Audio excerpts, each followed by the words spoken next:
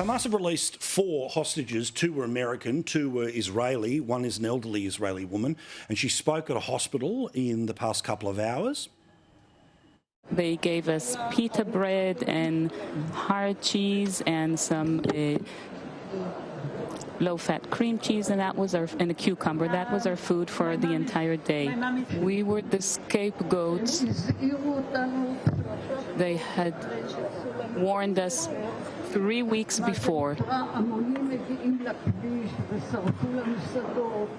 But the masses, they came to our roads and they burnt our fields.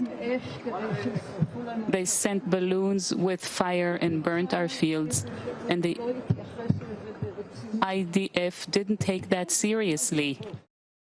Now, interesting her comments there about the failures of Israeli Defence Force at the very start of the press conference, which is hard for us to turn around, but she spoke about her experience as being hell-like, that she was taken, thrown on the back of a motorcycle, beaten, but then once she got to Gaza was kept relatively peaceful and actually taking care of doctors while in the tunnels. Nigel Farage joins us now from London, where you too have had the protests, and there's been a much tougher edge than some of the ones that have happened here, even at the Opera House.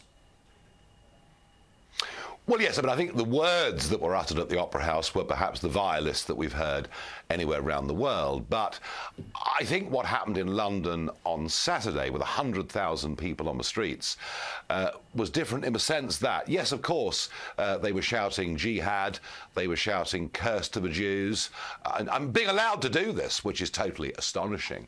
But it was the intimidatory atmosphere. It was the real difficulty that the police had in dealing with a lot of very aggressive young men. I tell you what, to anybody that told us 20 years ago that all diversity was good, the more people we allowed in from different cultures, the richer and better our country would be. Well, have a look at what happened last Saturday. And I don't want to be too critical of the police because I get how difficult it was for them.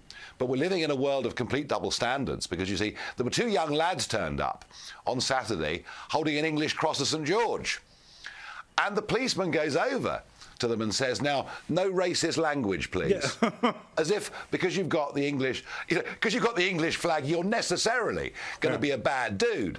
And these were just a couple of lads having a bit of fun. Well, they were, taking a bit of a risk. And there was also supposed to be a march in a place called Golders Green in North London, which is the epicentre of the London Jewish community. And the police advised the local Jewish community that that march shouldn't go ahead. So what we're beginning to see is something of a surrender where radical Islam can voice its name in the streets. But in Berlin, I don't know whether you've seen this, Paul. This is huge. In Berlin, violent scuffles with the police. And just sort of think about this. In the country in 1945 that said never again, and with extremely good reason, Jewish houses having Stars of David painted on their front door. And Schulz, the Chancellor, responded in an interview in Der Spiegel, which was published yesterday, by saying we're going to have to start with deportations. So there are some signs that some governments are going to get tough, but the problem is, since 2015, when millions have crossed the Mediterranean in those open boats, and since Angela Merkel and the European Commission said everybody is welcome, we now have some very, very big populations, numbered in their millions, who are, instinctively, tribally taking the Hamas side in what is going on in the Middle East. Europe has built up for itself simply the most enormous problem going ahead.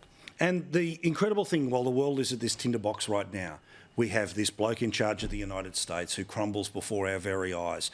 I'm frightened that he is the one who's supposedly going to be able to pull every lever and create peace in our time.